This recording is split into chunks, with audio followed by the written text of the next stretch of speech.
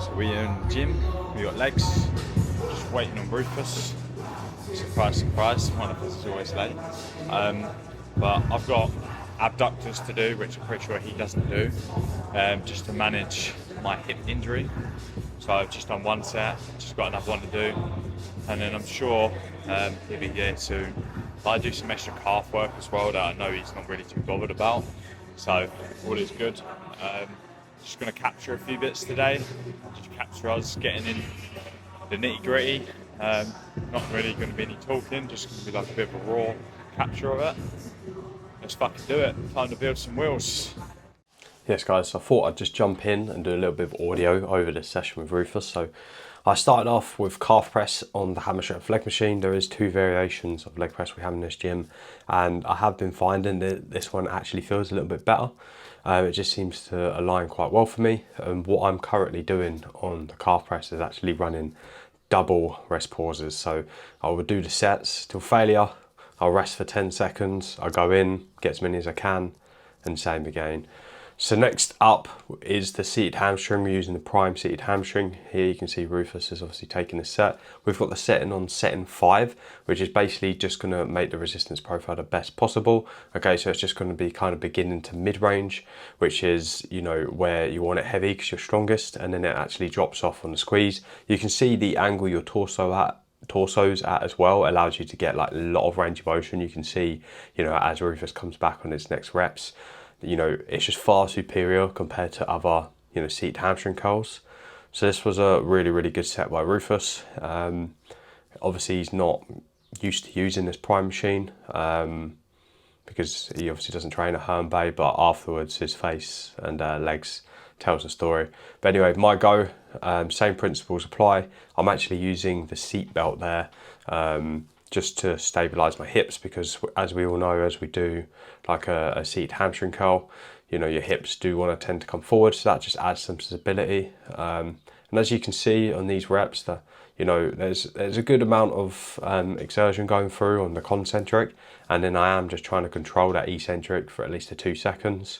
So yeah, not a bad set going in here. Pretty happy overall. And we were just running 2 straight sets on this. I sometimes do have rest pauses added in, but I've found at the weight I'm getting at now, I tend to just get, you know, maybe 1 rep on the rest pauses. And, you know, I'm kind of in a split decision whether that's worth taking at the moment, you know, given that I am, you know, 7 kilos down as diet phase, and, you know, we want to look after recovery. So moving on to leg extension.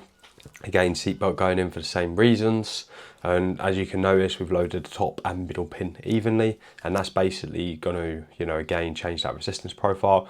It's just going to load it a little bit more evenly, because again, we're strong at the bottom, we're weak at the top, so we're kind of splitting that, and that's how I like to do it. Seatbelt again to just secure them hips down, and then just, you know, driving up, getting a good squeeze and good control on the way down, always looking for at least 2 seconds on the eccentric, which is the way down. And that is super important, guys. We know that the eccentric part of the lift is potentially the one that is actually building, you know, the most muscle. You know, we're getting the most growth out of it, so make sure you're in control of it, and make sure, you know, the intensity's there. You can see I'm literally fighting for everything, and even when I'm done, you know, a couple of partial reps.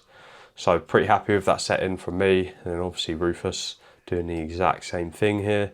I do enjoy training with Rufus quite a lot. Obviously, he's been coaching with me for a long time. So, you know, pretty much from the beginning of his journey, and now back with me again after a short break away. So he knows exactly how I like to train, he knows why I like to train, you know, and he's always open to, you know, the methods I use. And I think, you know, he likes their methods as well, because they've worked, and, you know, there is reason behind it. Everything I do, there's always reason behind it. So yeah, some good sets in the leg press. You can see obviously savage. Moving on to the hack squat. This is my preferred squat movement. I like hack squat over any other kind of squat. Reason being, just gets that upright torso position. I really like this Atlantis hack squat, okay? I put the bands on it, and the reason I've got the bands on it is because this machine is really heavy at the bottom and it drops off at the top. So like you can do with the prime machines, I'm basically applying that with the band. So now I'm making the top heavier, so the resistance is, you know, heavy the whole way out. I think I've got 6 plates on here. I got a little bit less reps than I wanted to. I think I got 6. Really, I am looking for 8 plus, but 6 plates looked very tasty on the machine, and you know, we get a bit carried away. I think I actually called this one a little bit early, maybe 1 more rep in the tank, but I am dealing with a few little injuries and niggles, so just being sensible. But you can see Rufus going in on the same here, and you know what really matters on this is getting good amount of knee flexion. You can see how much knee flexion he's getting, how much depth he's getting, and then just intensity. You can see he's absolutely taking that set. You know, and that's really what's going to build, you know, big legs. So next exercise, the leg press again. I'm actually taking a slightly wider stance than normal. Still having my feet as low as possible to just try and get as much knee flexion as possible. So just getting good range of motion again, trying to control that eccentric, 2 seconds. I'm happy to go quick on the concentric, but what I'm trying not to do is spend too much time locked out. So you can see these reps are continuous, because otherwise it can just become, you know, a little bit silly. Like you start looking back at your sets and you're having 10 seconds with your legs locked, and it's just like, how long do you want these sets to last? So I always like to try standardize the form, you know, keeping them nice and continuous. And then when it gets to the last few reps, if I need like an extra 1 or 2 seconds at the top, fine, like now, but not too long. But yeah, this was good. I think pretty sure this was a rep or 2 up, and pretty happy with that set overall. So yeah, very good leg session going in.